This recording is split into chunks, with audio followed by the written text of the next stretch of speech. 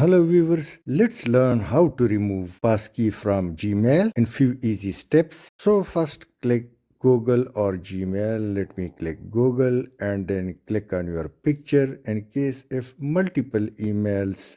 So select the email which you wanna remove passkey. Now it has been displayed, so let me click the picture once again and now you will see Google account.